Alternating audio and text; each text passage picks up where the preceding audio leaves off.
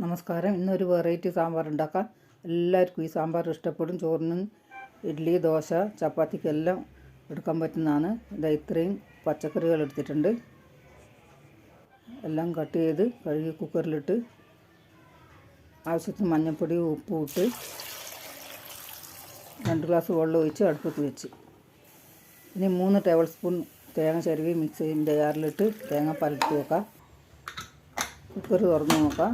ഒരു വിസിലേ വരുത്തിയിട്ടുള്ളൂ. കഷ്ണങ്ങളെല്ലാം വെന്ത് വേറെ പാത്രത്തിലിട്ട് 1 ടേബിൾ സ്പൂൺ മുളക് പൊടി ഇട്ട് ഒന്ന് ഇളക്കി 1/2 കപ്പ് ചൂടുവെള്ളം ഒഴിച്ച് കൊടുത്ത് ഇനി ഒന്ന് തിളക്കണം. ഇപ്പം തിളച്ച് വന്നിട്ടുണ്ട്. ഒന്ന് ഇളക്കി കൊടുത്ത് ഇനി തേങ്ങാപ്പാൽ ഒഴിച്ച് കൊടുക്കാം. തേങ്ങാപ്പാൽ ഒഴിച്ച് ഒന്ന് ഇളക്കി ഒന്ന് തിളച്ച് വന്നാൽ മതി. നല്ല സൂപ്പർ ടേസ്റ്റാണ് ഈ കറിക്ക്.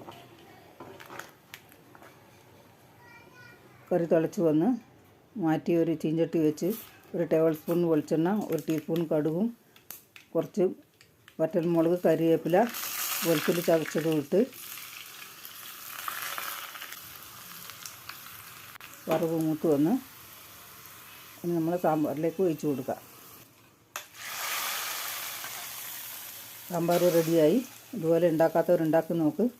ഇഷ്ടപ്പെട്ട ലൈക്ക്, ഷെയർ, കമൻറ്റ്, സബ്സ്ക്രൈബ് ചെയ്യണേ.